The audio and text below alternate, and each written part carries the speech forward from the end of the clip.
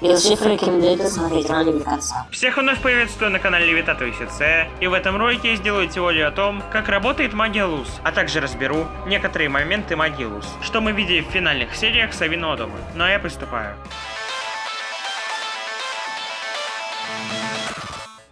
А перед началом ролика я еще раз благодарю вас за то, что вы подписываетесь на мой канал. Ну а я перехожу к ролику. Итак, перед тем как делать теорию, для начала вспомним, что первое заклинание Луз выучила, когда экран на ее телефоне повредился, и она смогла увидеть волшебный круг. В волшебном круге Иди, который она сняла на видео. Однако круг был у Иды в круге, и Луз на тот момент не могла его увидеть. Для нее он был скрыт. А когда вспышка камеры сработала после удара о пол, возможно в этот момент в свет на телефоне проникла магия.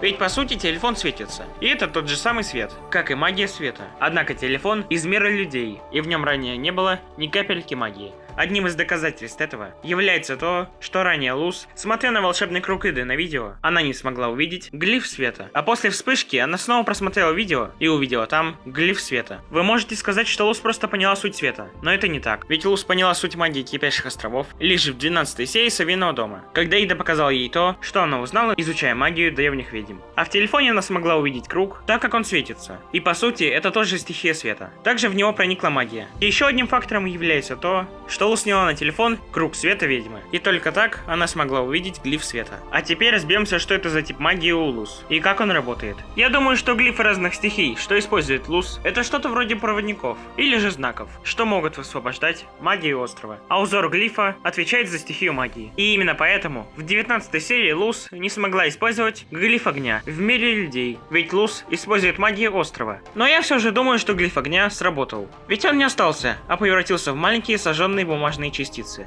А если бы глиф огня не смог сработать в мире людей, то тогда он остался бы в виде бумажного листа. Возможно, глиф огня активировался, так как там был открыт портал, связывающий миры. Но Луз была слишком далеко от портала, и поэтому глиф огня сработал не так, как должен был, и сжег лишь сам листок.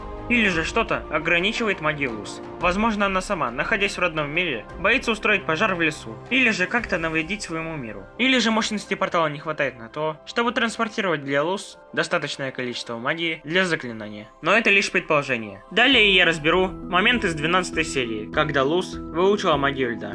В этой серии есть один интересный момент, а именно когда Луз рисует узор, который она увидела на снежинке. После того, как узнает тайну магии острова, Луз меняет узор так, что у нее получается лед, а не снег. И скорее всего, Луз либо ошиблась, когда рисовала круг, либо же она поняла, как изменить глиф, чтобы получился лед. Возможно, в будущем она также сможет сделать воду. Но возможно и то, что она просто представляет форму заклинания льда, воды или снега. Так же, как это было в 14 серии, когда она изменила форму магии растений. Ведь в начале серии она сделала цветок, а затем деревянное строение. Хотя по сути это тоже растение. Так же как лед, вода и снег одно и то же.